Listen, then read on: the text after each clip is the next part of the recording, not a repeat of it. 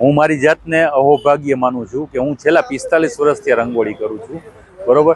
તો વિવિધ પ્રકારની પાણીની અંદર, પાણીની ઉપર, પાણીની વચ્ચે, હવામાં, અગ્નિ ઉપર આવી વિવિધ પ્રકારની રંગોળી બનાવું છું. અત્યાર સુધી રંગોળી મોટે ભાગે તમે લોકોએ જમીન ઉપર જ જોઈ હોય. તો હું મારી જાતને અહોભાગ્ય એટલા માટે માનું છું કે મને આવા સદીના મોટામાં મોટા ઉત્સવમાં રામ જન્મનું જ્યારે મંદિરનું નિર્માણ થાય છે, એનું પ્રાગટ્ય થાય છે, અને એ ઉત્સવમાં મને એક ભાગ લેવા માટે અને મારી કલાને રજૂ કરવા માટે આમંત્રણ મળેલ છે. એટલે હું ભગવાન રામની કૃપા જ ગણું છું. અને ત્યાં હું પાણીની અંદર રંગોળી બનાવવાનો છે, મેજિક રંગોળી બનાવવાનો છે પાણીની ઉપર.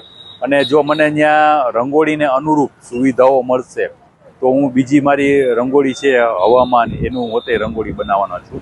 અયોધ્યા મંદિર બનાવવાનો છું, રામ ભગવાનની રંગોળી બનાવવાનો છું. આ રીતના અયોધ્યાવાસીઓને આપણા રાજકોટવાસીની જેમ હું મારી કલા બતાવી અને રાજી કરવાનો પ્રયત્ન કરું. હા, મને સમય લાગશે, લગભગ 18 થી 20 કલાક જેવો સમય લાગશે.